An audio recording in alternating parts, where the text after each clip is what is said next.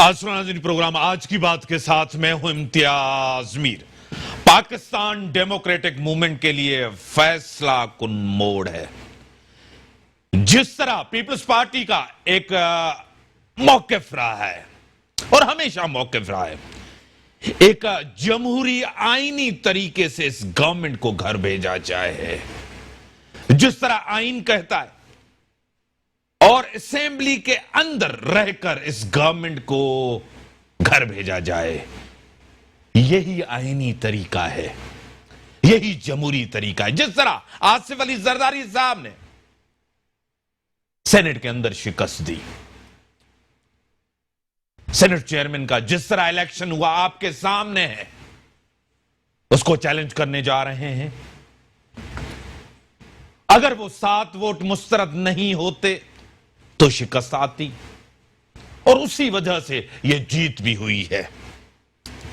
क्या हुकूमत दबाव से निकली है? जिस तरह आज कहा जा रहा है कि एक तीसरी लहर जो कोरोना की है, और हम कहते हैं कि लॉन्ग मार्च नहीं हो, यह तासुर भी दिया जा रहा है कि एक फूट पड़ी है नून लीग और पीपल्स पार्टी में कि जिस तरह गिलानी साहब को शिकस्त हुई है, उस शिकस्त के पास पीडीएम के अंदर भी एक बड़ी तकसीम हुई है।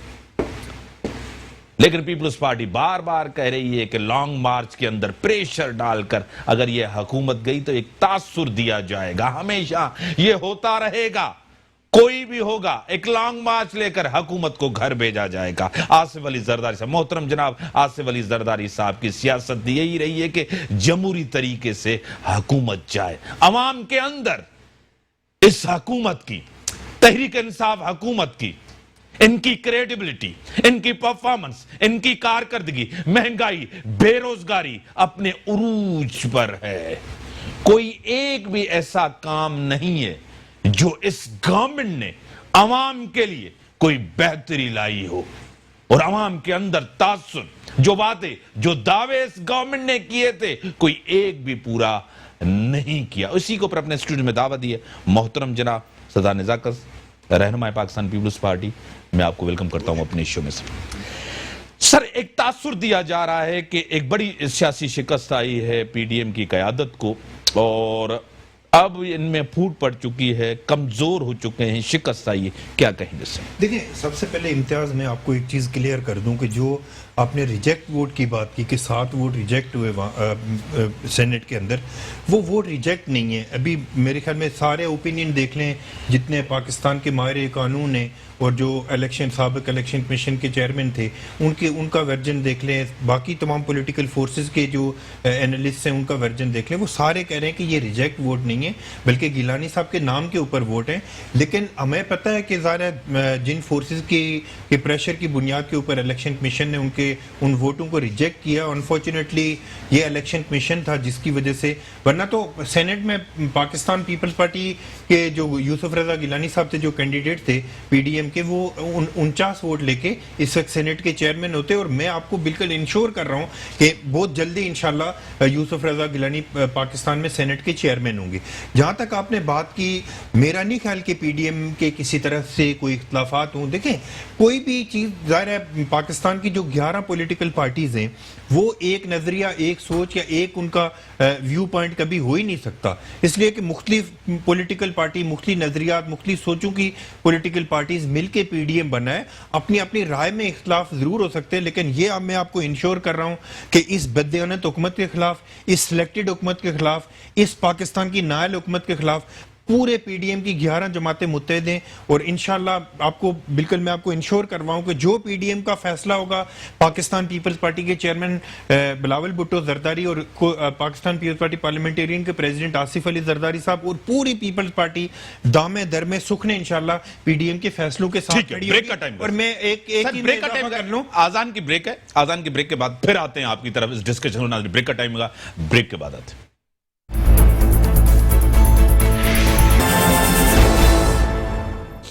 वेलकम। हाँ सर, इस शिकस्त के बाद आप कह रहे हैं कि कोई टूट फूट नहीं हुई सर, यानी कि आप कह रहे हैं कि सब लोग हमारे साथ। सर, लेकिन सेकंड कैंडिडेट को वोट कम क्यों पड़े सर? देखिए, मैं एक चीज़ आपको बताऊं, आपको पता है कि जिस तरह की इस वक्त पाकिस्तान के अंदर माहौल चल रहा है, जो स्टैंड है मौलाना फजलुर रहमान साहब का हमारे इदारों के खिलाफ, उसमें मेरा नहीं ख्याल कि ज़ाहिर इदारों का प्रेशर डेफिनेटली हुआ है, जो मुख्तलिफ लोगों को कॉल्स वगैरह भी गई हैं। लेकिन इम्तियाज़ भाई, इन चीज़ों से कोई फ़र्क नहीं पड़ता। इन चीज़ों से इसलिए फ़र्क नहीं पड़ता कि पाकिस्तान के अंदर जो इमरान खान साहब ने वादे किए थे, जो इमरान खान साहब ने दावे किए थे, उन सब पे ऊपर यू टर्न लेना पड़ा। मैं कोई वादा याद ही नहीं दिलाता, मैं आखिरी वादा उनको याद दिलाता हूं कि खुदा के लिए एक दिन, जिस तरह आप कह रहे थे कि हॉलैंड का प्राइम मिनिस्टर साइकिल पे आता है, एक दिन साइकिल पे आके दिखा दें, और कुछ भी नहीं होता तो कम से कम आखिरी वादा पूरा कर लें कि मैं IMF के पास जाना पड़ा तो मुझे खुदकुशी करनी पड़ेगी। आज पाकिस्तान के लोग जिन हालात से गुजर रहे हैं, हम तो सेनेट की बात कर रहे हैं, हम तो कौमी असेंबली की बात कर रहे हैं, कमिंग लॉन्ग मार्च की बात कर रहे हैं। इम्तियाज भाई, लोग खुदकुशियों की तरफ जा रहे हैं पाकिस्तान के अंदर। पाकिस्तान के अंदर ऐसे हालात हैं कि इस नायल और नकम्मे हुक्मरानों ने और जो इनके सिलेक्टर्स हैं, उनको भी ये बददुआएं लग रही हैं जो पाकिस्तान के लोग दे रहे हैं। आप अंदाजा कर लें कि चिकन 450-500 रुपए किलो है, दवाइयां 700% महंगी हुई है पाकिस्तान के अंदर। तो मैं किस तरह मानूं कि ये हुक्मरान इनको पाकिस्तान के लोग वोट कर रहे हैं? क्या आपने जिमनी इलेक्शन में नहीं देखा कराची से लेकर खैबर तक के इनको कैसी शिकस्त हुई? और नौशहरा के अंदर तो इनकी अपनी सीट PDM ने वहां पे इनको शिकस्त दी है। तो पाकिस्तान के अंदर एक ही हल है कि पाकिस्तान के अंदर ट्रांसपेरेंट इलेक्शन हो, और ट्रांसपेरेंट इलेक्शन होने की सूरत में जो काफ लीग की हालत बनी थी, जो जनरल ज़ियाउल हक की हालत बनी थी, इंशाल्लाह इमरान खान की भी ऐसी हालत बनेगी। क्योंकि PTI कोई पार्टी नहीं है, PTI को पाकिस्तान के ऊपर मुसल्लत किया गया। इमरान खान जैसे नायल आदमी को, जो काउंसलर बनने के लायक नहीं था, उसको पाकिस्तान का प्राइम मिनिस्टर बनाएंगे तो यही हालात होंगे। जिसको कोई किसी चीज की समझ नहीं है, जो पाकिस्तान के आइन से वाकिफ नहीं है, जो पाकिस्तान से के उर्दू दरबे से वाकिफ नहीं है, ऐसे शख्स को पाकिस्तान के ऊपर मुसल्लत किया गया। तो आज पाकिस्तान के लोगों की यही हालत होगी। मैं इमरान खान को याद दिलाता हूं कि 50 लाख गैर और 1 करोड़ नौकरियों का वादा किया था। आज ये रोटियां तकसीम करने पे आ गया है। मैं कह रहा हूं कि प्राइम मिनिस्टर ऐसे नहीं होते भाई। प्राइम मिनिस्टर फ्यूचर की प्लानिंग देते हैं, लोगों को ICU से निकालने की बात करते हैं। आज मैं चैलेंज कर रहा हूं इमरान खान के किसी भी नुमाइंदे को कि जाके पब्लिक में खड़े होकर कोई एक प्रोग्राम तो करके दिखाएं। पाकिस्तान के लोग जिन हालात से गुजर रहे हैं, मुझे लग रहा है कि लोग, अगर PDM ने कोई बोल्ड स्टेप ना लिया, कोई लॉन्ग मार्च ना भी किया, तो पाकिस्तान के लोग सड़कों पे निकलेंगे। और पाकिस्तान मेरे साथ टेलीफोन लाइन पे senior anchor person, senior journalist Sumaiya Rizwan साहिबा हैं। मैं आपको वेलकम करता हूं अपने शो में। Thank you so much Imtiaz साहब। किस तरह देख रही हैं शिकस्त के बाद, जिस तरह गिलानी साहब को आप देख रही हैं PDM कमजोर, लॉन्ग मार्च होगी, आप किस तरह देख रही हैं? देखिए, आप डेडलाइन तो दी हुई है ना कि हुकूमत को, अपोजिशन ने, कि 26 को करना है लॉन्ग मार्च। लेकिन मुझे लगता है कि लॉन्ग मार्च उसमें इतना आपको दमखम रहा नहीं है इम्तियाज साहब, क्योंकि अब जिस तरह शिकस्त हुई है अपोजिशन को, तो वो सारा सिनेरियो जो उन्होंने बनाया था वो अब रहा नहीं है। तो अपोजिशन को भी लगता है कि सोच लेना चाहिए एक दफा इस बारे में कि लॉन्ग मार्च करना है तो किस तरीके से करना है, जरा मजबूत तरीके से आना होगा फिर अपोजिशन को। क्या गिलानी साहब की शिकस्त के बाद नून लीग का, मौलाना फजलुर रहमान, नवाज शरीफ के मौकिफ की जीत हुई है? नहीं, मियां साहब का तो प्लान कुछ और था, आप भी जानते हैं। और जो प्लान था उनका, वो प्लान कामयाब नहीं हो सका।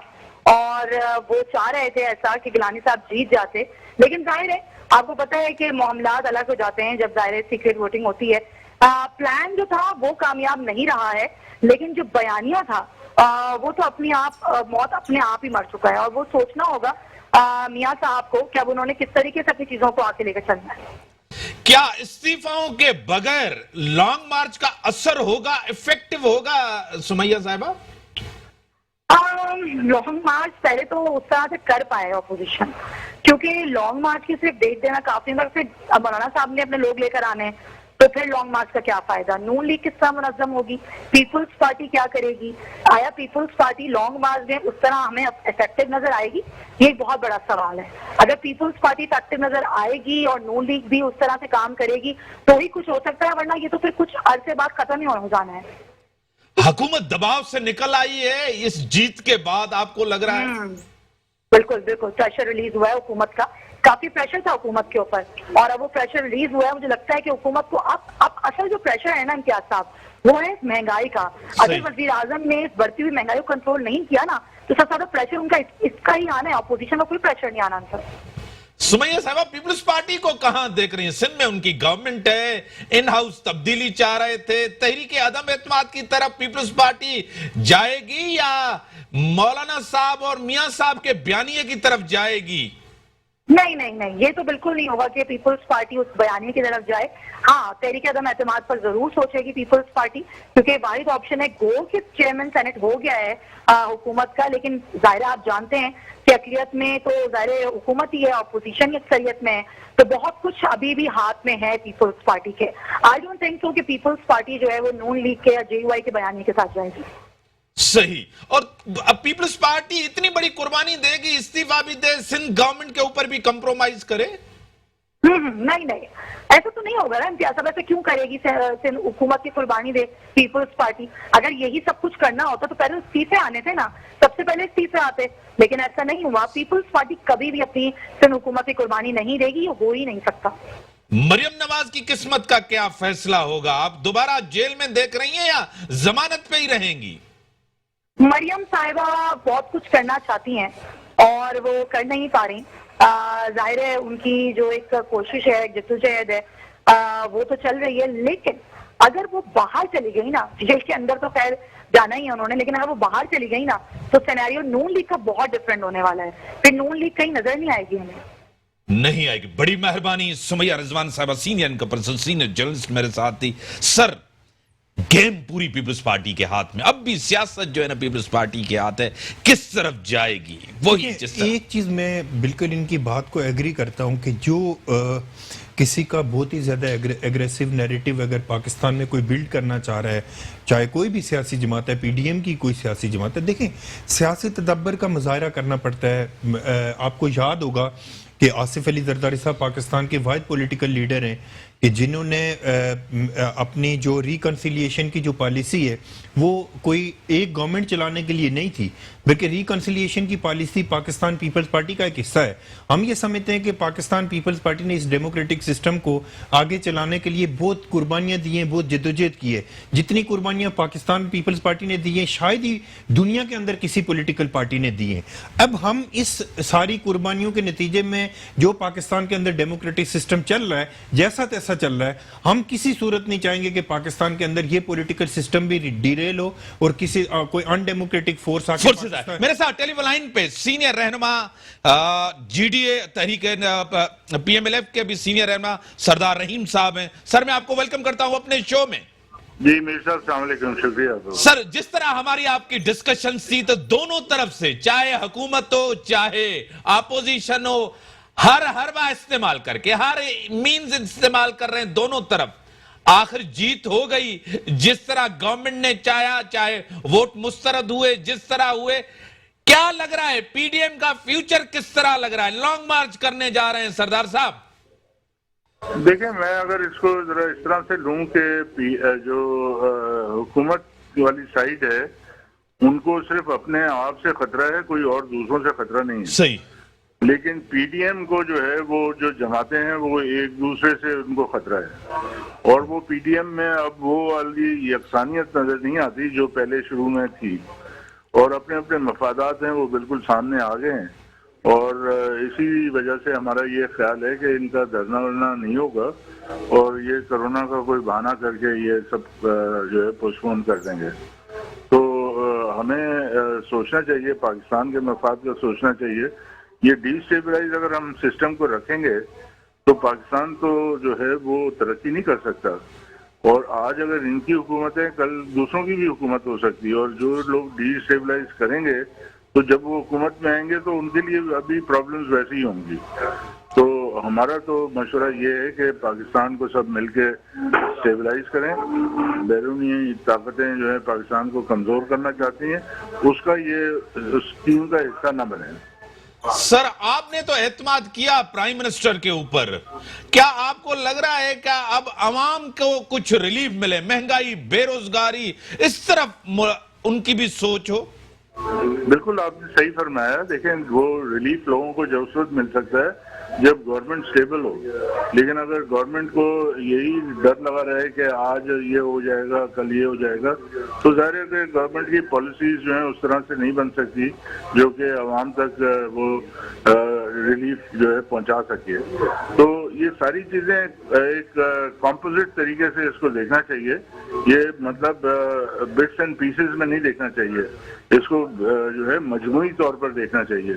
और अगर मजमूई तौर पर यही है कि पाकिस्तान को स्टेबल रखना चाहिए, पाकिस्तान को मजबूत करना चाहिए और पाकिस्तान की हुकूमत जो जमहूरी से लाई जाए और जमहूरी तरीके से रुखसत की जाए। सर आप क्या कहेंगे टेलीफोन लाइन? देखिए, सरदार रहीम साहब जिस तरह फरमा रहे हैं, मैं इनकी बात को सेकंड करता हूं कि पीडीएम गवर्नमेंट की जो पोजीशन है वो ज़ाहिर है सरदार साहब भी समझ रहे हैं, हालांकि उनके एलाइज हैं, ये भी उनसे मुतमईन नहीं है। ये भी इनकी जो अपनी स्टेटमेंट है उससे पता चलता है कि उस तरह फ्रंट फुट पे आके इनके एलाइज भी उस तरह इन हुकूमत को डिफेंड नहीं कर रहे हैं, क्योंकि इनको पता है कि पाकिस्तान के अंदर कोई एक सिंगल वादा, इवन के इनके साथ जो वादे किए गए मेरे हमारे मोहतरम सरदार रहीम साहब की पार्टी के साथ, वो भी फुलफिल नहीं हुए। फिर सिंध असेंबली में बेहतरीन मुनाफकत की गई इनके साथ। ये सारी चीजें ये भी तो एनालाइज कर रहे हैं ना, ये भी तो देख रहे हैं कि पाकिस्तान के अंदर हम किसके साथ बैठे हुए हैं, जिसको इन्होंने तो ईमानदारी के साथ इमरान खान की पार्टी को वोट दिया है,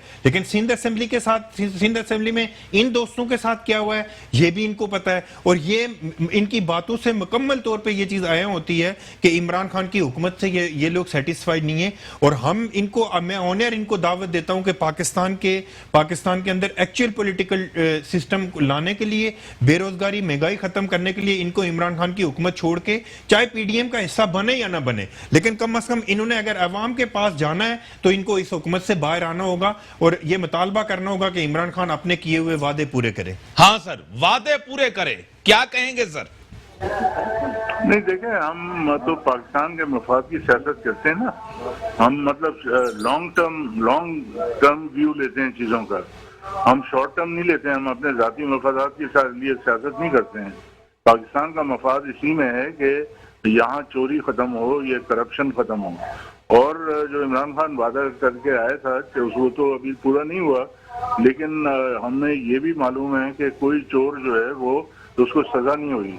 जिन्होंने अरबों रुपए जो है लूटे हैं उनको कोई सजाएं नहीं हुई, नैब हो या कोर्ट हो या कहीं पे भी हो। तो ये भी वजह है कि जो हुकूमतें नहीं चल सकती, क्योंकि चोरी करके पाकिस्तान के वसाइल पे को नुकसान पहुंचाया गया है। और हम मतलब अगर पीटीआई से खुश ना भी हों तो दूसरी तरफ भी तो गड़ा है ना, दूसरी तरफ भी तो करप्शन का एक समंदर है, तो हम उसमें तो गोता नहीं खा सकते। तो हमारे लिए सिर्फ यही हम मुनासिब समझते हैं कि हम अपनी बात करते रहें और पाकिस्तान को मजबूत करने की बात करें, और जो कुछ हमसे बन पड़ता है पाकिस्तान को मजबूत करने के लिए उससे हम दरेक न करें और हम आगे बढ़ के पाकिस्तान को। ठीक है सर, बड़ी मेहरबानी सरदार रहीम साहब, बड़ी मेहरबानी। नाज़रीन, ब्रेक का टाइम होगा, ब्रेक के बाद आते हैं, डिस्कशंस को आगे बढ़ाते हैं।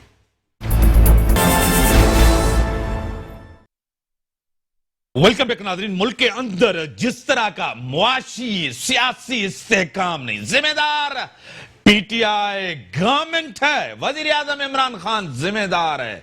जिसने वादे दावे किए थे अवाम के साथ, धोखा किया इस गवर्नमेंट ने।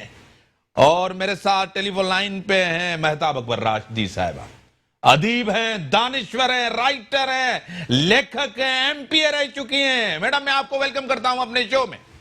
शुक्रिया इम्तियाज। किस तरह देख रही हैं सियासत?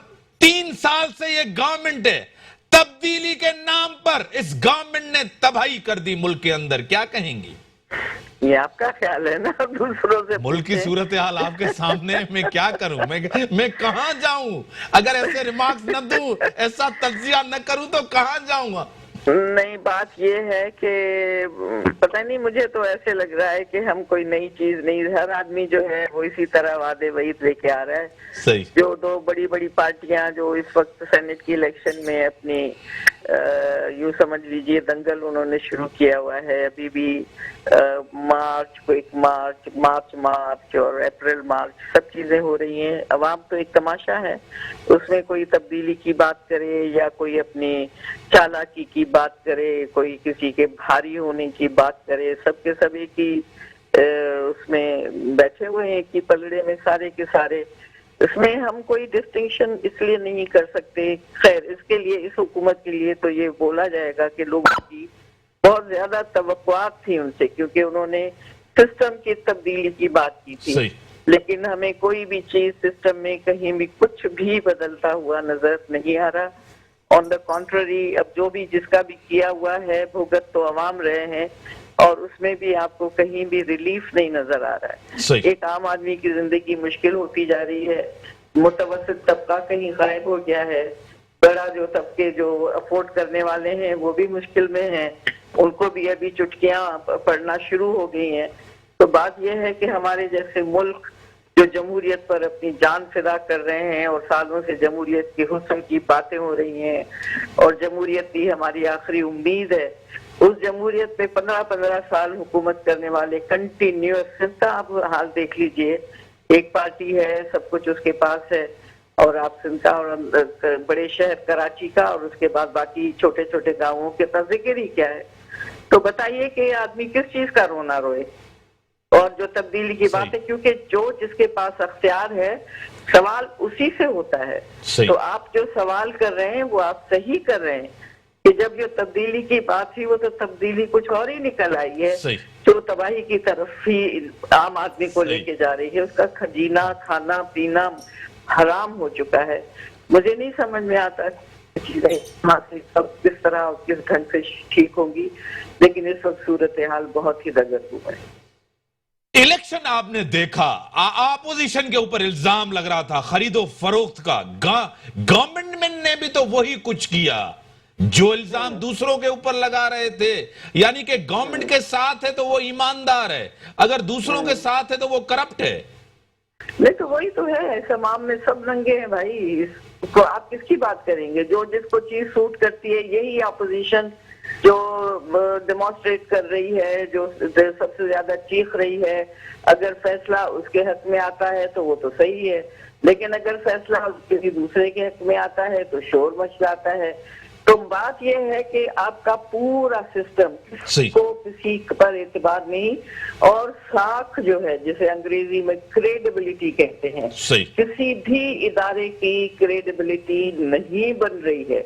चाहे जुडिशरी है, चाहे वो हुकूमत है, चाहे वो नैब है, चाहे एफए है, क्रेडिबिलिटी नहीं है। सब ऐसे समझते हैं कि जिसका जहां बस चलता है वो अपने मर्जी का करता है, और यहाँ इस वक्त जो है पूरे का पूरा सिस्टम जो है वो पैसे के गिर्फ्त कर खा रहा है। जिसके पास पैसा है वो अपना काम कर डालता है, और बाकी अवाम जो है वो देखते रह जाते हैं। तो ये इसलिए ये कहना कि कोई हमें कोई उम्मीद की कोई किरण नजर आ रही हो, बहुत जल्दी कोई हमें चीज बदलती नजर आ रही है, या कोई लोगों का किसी को कोई फिक्र है, मैं नहीं समझती कि कोई भी आदमी मुतफिक्र है कि एक आम आदमी की जिंदगी में वो क्या करें कि उनके लिए जीना ही आसान हो जाए।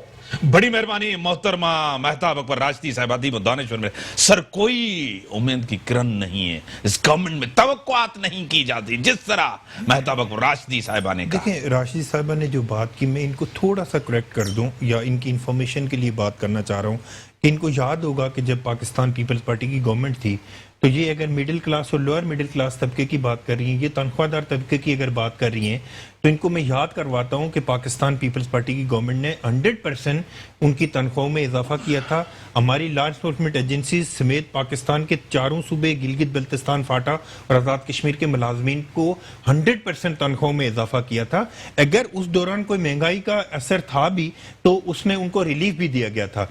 आज पाकिस्तान के अंदर इमरान खान साहब की हुकूमत का कोई एक कदम बता दें कि जो middle class, lower middle class या अपर क्लास या एलिट क्लास के लिए किसी तरह का भी, सवाए इमरान खान के चंद दोस्तों के अलावा, सवाए चीनी चोरों के अलावा, सवाए दवाइयां चोरों के अलावा, पाकिस्तान में इमरान खान ने किसी को फैसिलिटेट नहीं किया।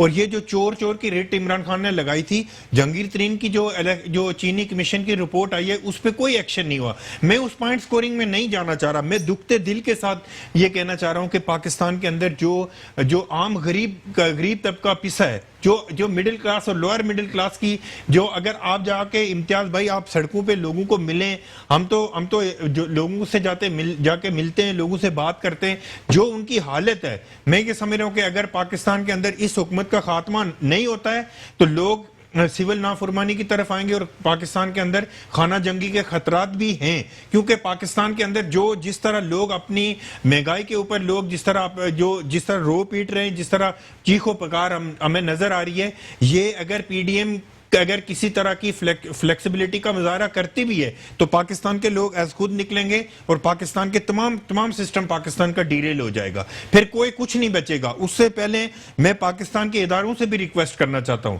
कि डजंट मैटर के इमरान खान क्या है या क्या नहीं है, आम जो आदमी है उसकी चीखों पुकार सुनने के बाद मेरा नहीं ख्याल कि इमरान खान को कोई आदमी चाहे किसी इदारे से ताल्लुक रखता हो वो इमरान खान को सपोर्ट करेगा। और मैं honourable chief justice of Pakistan से भी ये रिक्वेस्ट करता हूं कि एक दफा अपनी गाड़ियों से उतर के लोगों के मिसाल भी देख लें कि लोग किस कसम पुरसी के अंदर जिंदगी बसर कर रहे हैं, और जो मरीज थे जिनको दवाइयों में 700% जिनका इजाफा हुआ है, जो दवाई अगर आज 200 रुपए की मिल रही थी तो वो 500 रुपए की मिल रही है। आम आदमी की अगर बात करें तो मैं ये समझ रहा हूं कि पाकिस्तान के अंदर ज़ियाउल हक से भी बदतरीन गवर्नमेंट है, पाकिस्तान की नायल तरीन गवर्नमेंट है, और जितनी बददवाएं इम्तियाज ये इमरान खान को नहीं लग रही हैं उनको लेके आने वालों को भी ये बददवाएं लग रही हैं। मैं इसलिए आपके चैनल के तवस्सुत से हाथ जोड़ के पाकिस्तान के इदारों से रिक्वेस्ट करता हूं कि इस नायल हुकूमत की पुश्तनाई छोड़ें ताकि पाकिस्तान के लोगों को कोई रिलीफ मिल सके। यानी कि जो बिलावल साहब ने कहा था कि ये न्यूट्रल हो गए, वो न्यूट्रल नहीं हुए। देखिए न्यूट्रल वो उनकी अपनी स्टेटमेंट तो आ रही है, हम ये चाह रहे हैं कि पाकिस्तान के इदारे न्यूट्रल हों। मैं आपको चैलेंज करता हूं कि अगर पाकिस्तान के इदारे इस हुकूमत से अगर इस हुकूमत ट्रांसपेरेंट तरीके से अपने डोमेन के अंदर रह के इस हुकूमत को सपोर्ट ना करें तो ये हुकूमत इतनी बदतरीन हुकूमत है, इतनी नायल हुकूमत है, इतनी नकम्मी हुकूमत है कि ये मेरा नहीं ख्याल कि ये 2 दिन भी पाकिस्तान के अंदर मुसल्लत रह सकती है। जहां तक मेहताब राशिदी साहब ने बात की हमारे लॉन्ग मार्च के हवाले से, मैं आपके चैनल के तवस्सुत से पाकिस्तान के अवाम को ये कह के जा रहा हूं कि लॉन्ग मार्च भी होगा, और इस मरतबा जो जुल्फकार अली भुट्टो शहीद की बरसी होगी 4 अप्रैल की, वो इंशाल्लाह हम लोग डी चौक में बनाएंगे, और बिल्कुल इस हुकूमत का खात्मा इंशाल्लाह हम पाकिस्तान के अवाम को करके देंगे इंशाल्लाह। सर क्या पीडीएम की तहरीक जो है इतना प्रेशर डालेगी इनके ऊपर, लग रहा है आपको? देखें पीडीएम की तहरीक, मैं आपको बताऊं कि पीडीएम का जो इजलास होने जा रहा है, लोग उमूमन पीपल्स पार्टी के लिए कह रहे हैं ना, जो पीडीएम फैसला करेगी, जो पाकिस्तान की पॉलिटिकल 11 पॉलिटिकल फोर्सेस फैसला करेंगी, पाकिस्तान पीपल्स पार्टी मन उस पर अमल करेगी। और मैं इम्तियाज आपको बताऊं कि हमारे इस्तीफे या हमारी पार्टी के जो एमएनए, एमपीए, सेनेटर या वुज़रा है, उनके इस्तीफे बिलावल भुट्टो जरदारी साहब की जेब में, वो जब चाहेंगे बिलावल भुट्टो जरदारी देख रहे हैं आप तो कायल नहीं है ना, इस्तीफा होंगे तो कायल नहीं। मैं एक चीज आप करेंगे असेंबलियों से बाहर नहीं, मेरी असेंबलियों से बाहर आने की मैं इसकी एक चीज बता रहा हूं आपको। मैंने पहले भी आपको बताया कि पाकिस्तान पीपल्स पार्टी ये समिति है, इस चीज पे कन्विंस है कि पाकिस्तान के अंदर डेमोक्रेटिक सिस्टम डीरेल नहीं होना चाहिए। हमें आपको खतरा है कि सिस्टम जा सकता है। बिल्कुल मैं ये कह रहा हूं कि देखें पाकिस्तान के अंदर अगर हम इस तरह के इकदाम कोई हाईएस्ट हम लोग चीजों पे जाएंगे तो उसमें ये पॉलिटिकल सिस्टम अगर डीरेल हो जाएगा तो फिर हम उस तरह से पाकिस्तान के अंदर पॉलिटिकल सिस्टम और डेमोक्रेटिक सिस्टम लाने के लिए तवील तरीन जद्दोजहद करनी पड़ेगी। इसलिए पाकिस्तान पीपल्स पार्टी ये समिति है और एहतियात भी कर रही है कि पाकिस्तान के अंदर अनडेमोक्रेटिक तरीके से नहीं, डेमोक्रेटिक तरीके से ये हुकूमत घर जाए और अवाम की जान छोड़े ताकि पाकिस्तान को रिलीफ मिल सके। इस टाइम इस शिकस्त के बाद जो अब सूरत हाल है, मकबूलियत पे तो काफी असर पड़ा है इस सूरत हाल में। देखिए मैं आपको बताऊं, हमारे वोट जो यूसुफ रजा गिलानी साहब को पड़े, आज पाकिस्तान के अंदर और पूरी दुनिया को यह पता है कि यूसुफ रजा गिलानी साहब को 49 वोट। मेरे साथ डॉक्टर साहब हैं, डॉक्टर इमरान शरीफ साहब एक्सपर्ट हैं, कोविड एक्सपर्ट हैं, चेस्ट स्पेशलिस्ट हैं, अमेरिका से हैं डॉक्टर इमरान शरीफ साहब। सर मैं आपको वेलकम करता हूं अपने शो में।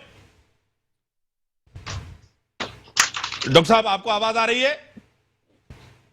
जी आपकी आवाज आ रही है, कैसे हैं आप? डॉक्टर साहब एक नई लहर यानी कि थर्ड वेव पाकिस्तान के अंदर है, खतरनाक सूरत हाल है कोविड की, आप क्या कहेंगे सर? केसेस बढ़ रहे हैं, आप इसके ऊपर आपका तज्जिया क्या है सर?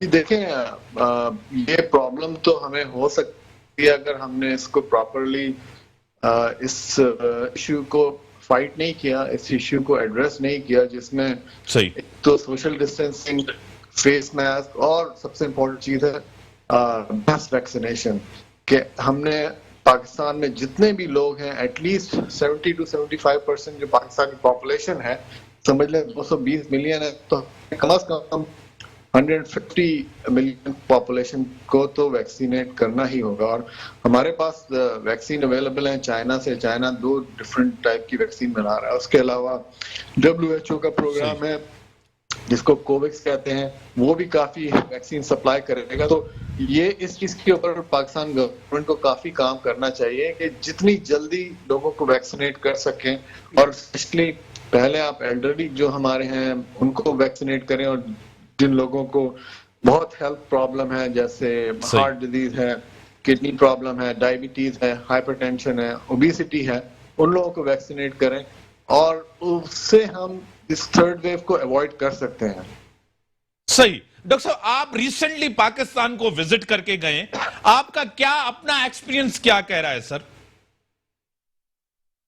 देखिए, जो मैंने पाकिस्तान में देखा उसमें जो एक आम आदमी है उसको इतनी अवेयरनेस नहीं है, क्योंकि अगर हम लोगों को एजुकेट नहीं करेंगे, अगर हम मीडिया पर नहीं जाएंगे, अगर हम न्यूज़पेपर में इस चीजों को एड्रेस नहीं करेंगे कि कोविड एग्जिस्ट करता है और कोविड कितनी खतरनाक चीज है, ये इससे ज्यादा हम हेल्थ केयर वर्कर्स और जो इंटेंसिव केयर यूनिट के डॉक्टर्स हैं, फिजिशियन हैं, नर्सेज हैं, उनसे ज्यादा कोई नहीं जानता। क्योंकि लोगों को बचाना ICU में जब वो आ जाते हैं तो बहुत मुश्किल होता है। यानी आप समझ लें कि 5 में से 1 पेशेंट को हम बचा पाए हैं ICU में।